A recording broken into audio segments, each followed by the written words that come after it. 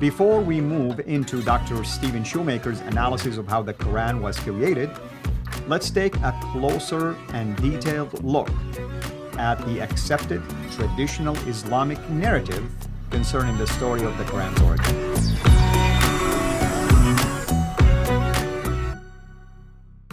I think we're getting into the nitty-gritty of the name of the book itself, which is Creating the Quran.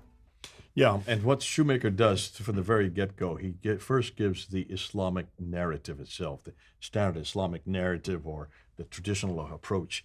And to do that, what I like to do is just kind of give an overview of what he's saying, because we do have to delve into that.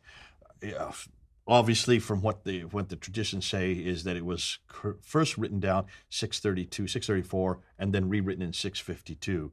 And then this one that was written in 652 became the final exemplar that was then sent to all over the world, and that was the one that we have in our hands today. That there's no other manuscript that disagrees with it, is what they would say. Now, besides the problem of preservation, we're not going to get into that right now. Let's just talk about that original creation, the original compilation. To do that, I'd like to look at a graph, and we'll put it up on the screen right here. This graph of Sahih Bukhari, because you've got to go back to Sahih Bukhari, you've got to go to volume 6, and you've got to go to hadith number 509.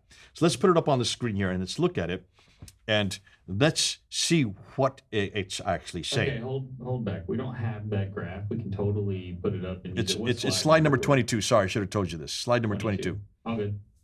It might not be 22. It might be 23 now, because I think you put another slide in there. No, I'm seeing it at 22 so far. Maybe I put another slide on this. Is that it to your right? That's it right there, yeah. And then I'll be going to the next slide after that. And then I'll be going through all these slides. So go for 1, 2, 3, 4, 5, 6, 7, 8, 9, 10, 11 slides, one after the other. We'll see how much we can get in 10 minutes. No, we can't. We can't. We'll have to break this up. Yeah. Okay, let's do it. Start again, sorry. No problem. And Al, we will reset the timer so it'll be accurate. No, you can just pick up where you were introducing the graph, Jay, and we'll be good to go. Okay. Action. So let's look at the slide here. And if you look here, this is Sahih Bukhari, volume 6 here in the Arabic. Mm-hmm. The English translation is right next to it. Let's unpack what it's saying. So here, it's at the back. This is around 632, 634. That's the date that the traditions are putting it. And they're saying that there was a battle in Yamama, up north. Mm-hmm. And many of those died in the Battle of Yamama. And many of those who had memorized the Quran died, which means with them, the memory of the Quran had gone with them. There was a crisis. Because what if all the people who had memorized the Quran died? Mm-hmm. There would be no Quran. Remember, the Quran had not been written down yet. So you have Abu Bakr, who is the caliph. He brings Umar in, who will be the next caliph, but they're there in whatever room they're in. But they call Zayd ibn Thabit in. Zayd ibn Thabit is the secretary of Muhammad. He was one that would do all the writing for Muhammad. So they call him into the throne room there, and they ask him to write down this Qur'an that had been revealed between 610 and 632 through the Prophet Muhammad in 2 different cities in Mecca and Medina, which he does. No, at the first, though, he first says, why I cannot do that which the Prophet had done. So he refuses to begin with. I correct myself there. According to this tradition, yes. That's what it says there. He refused to do it. How can I do something which Allah's apostle did not do, he questions. Mm-hmm, mm-hmm. They said, nonetheless, you need to do so. So he finally relents. And he then goes and he collects from palm leaves, he collects it from white stones, and he collects it mainly from men's memory. So he goes all over collecting it from different sources. There is one verse that he couldn't find, that's chapter 9, verse 128 to 129, until he found it with one man named Abi Khuzaima al-Ansari, which is interesting because remember, as we well know that for a Quranic verse to be authoritative, it has to have at least 2 witnesses. So here's only one witness. Mm-hmm. And then this first recension, he then gives, once he's compiled it down, he then gives it to Abu Bakr, who gives it to Umar, and then from what tradition tells it, Umar gives it to his daughter, Hafsa, who used to be one of the wives of Muhammad. That's right. According to some traditions, she just sticks it under her bed and leaves it there. So that's Hadith Numbers 509 from chapter 6. Let's go to the next slide, because then the very next page of this hadith is 510. And 510 continues on in Arabic, but let's just summarize what it's saying here in English. Now we have another battle, and this is now 20 years later. So that was 632, now we're in 652. 20 years later, and now Uthman is in power. Abu Bakr has died. Umar has come to power. He is killed. Assassinated, exactly. He's assassinated in 644. Uthman, the third caliph, comes to power in 644. We're now in 652, so 20 years after the first recension was given to Hafsa, who leaves it under her bed. They're having a problem way up in Azerbaijan. So this is a second battle. Well, there's been other battles too, but this is another big battle. And so those from Medina, from the Hijaz, they go up to Azerbaijan and they battle against the Azerbaijanis. They win against them, and then they go to the mosque to celebrate and to pray. As they're praying, they're there with Syrians and Iraqis who come together, and there's they're praying. They're listening to these guys praying, which are references, and these are collections of the Quran in the prayer, because the prayer are Quranic verses, and they're noticing that they're not praying the same verses, that these are different renditions of the same verses. Well, they start coming to blows. How dare you say this? This is how you're supposed to. And they start coming to blows.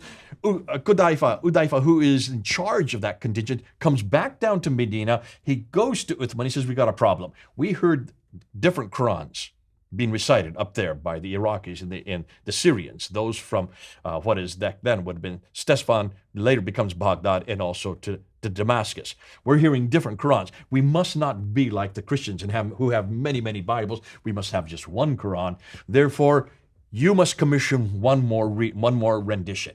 So Uthman agrees with him, and he has Zayd ibn Thabit, the same guy that wrote the first one, he has him come up to get that copy that Hafsa had under her bed, bring it back out, and to rewrite the Quran. Now, this is what's interesting. They're to write it. He gives them 3 people to help them out.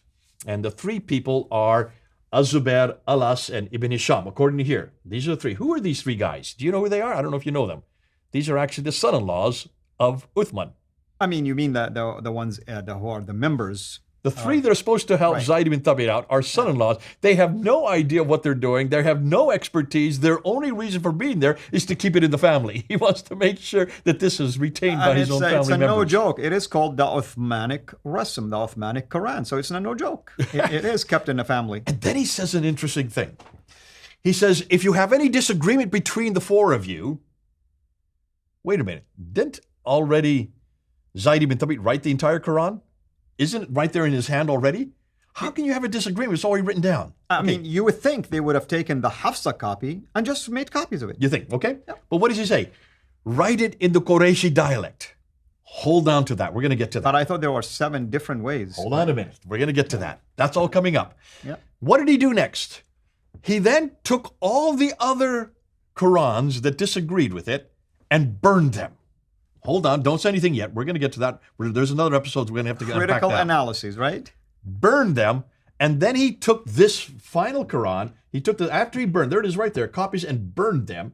And then he took this final Quran that Zayd ibn Thabit put together and sent it to 5 cities, maybe as many as 9. We know to every province. Can you see there's a lot of problems with here? Now, I'm just reiterating what's in 509 and 510. This is Hadith collection by Sahih Bukhari. We have a lot of questions that I want to go into next. Amen. This is what we're going to do now. Let's unpack just these 2 pages. Let's see the problems that exist. Absolutely, and I hope everyone is listening to what Dr. J is sharing with us. He and I talked about this multiple times. I mean, we have a whole video series called The Quran Conundrum, where we address things like this and many other ones that are critical assessment of the Quran. Putting this book aside, putting this book that we've been analyzing right now, calling Creating the Quran by Stephen Shoemaker, just putting aside, by looking at these hadith or sahih collections, you can see the problem already. And you can see why Shoemaker also is having really some tension, let's call it, with, basically the standard Islamic narrative as opposed to, for instance, doing a real historical critical analysis of, in this case, the emergence of the Quran. Until next time, have a blessed day. Thank you for watching this video. Be sure to like and subscribe to our channel CIRA International and click on the bell so that you receive notifications whenever we publish a new video or go live. I would also like to appeal to you to consider becoming a Patreon patron by clicking the link right below. By doing so, you can give towards the production of these videos. There are also other options for you where you can give to our channel. I thank you from the bottom of my heart.